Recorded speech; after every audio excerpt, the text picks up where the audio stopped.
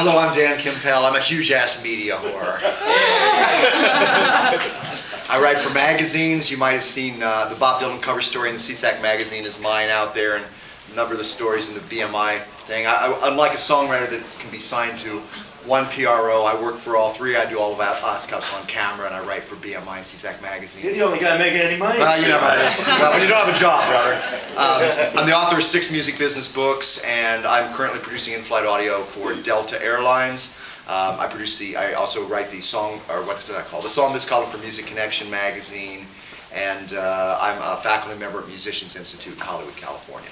So Dan, in talking with a lot of the artists and writers that you do in the course of your various writing, what are some of them saying they're finding as ways to monetize? And the reason I ask is music's never been more popular, more usage in film, TV, ads, etc. But with the drop-off in physical sales and other things, you know, it's having tougher monetization than ever before. So what are some of these artists doing?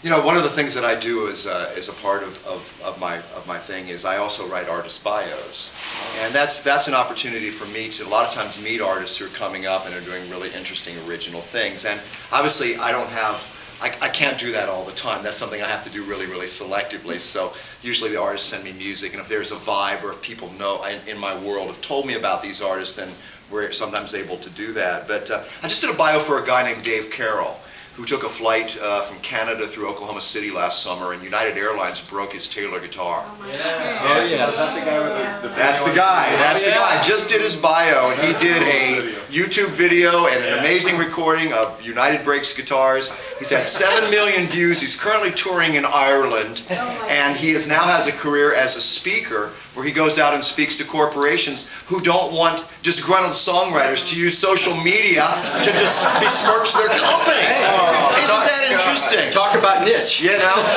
and again, that's looking at obviously you couldn't make that happen. You can't make that particular story up. But the artists that I see in my world who I get to write about, who I meet, who are monetizing it, are you know, they take the approach that Henry Mancini said, which was don't be in the music business, be a music business. They have the ability to understand what placements are. They have the ability to kill live, and I think the live thing is always going to be a huge part of the equation, because for every Twitter, tweet, Facebook, Your Face, MySpace, that place that is there's nothing hits the effect of an artist that actually can get out. So people are doing tours. They're figuring out ways to get out in smaller ways. They're figuring out that they don't need a huge band to make an impact.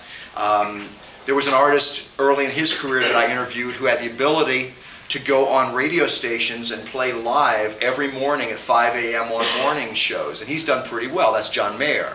And so looking at some of those people who have the ability to really strip it down to the essence and make sure people really feel what it is, I think sometimes the mechanisms really get in the way of that thought. I think nothing really replaces an artist that can really kill live. So that's some of the things I'm seeing, and they're doing creative merchandising.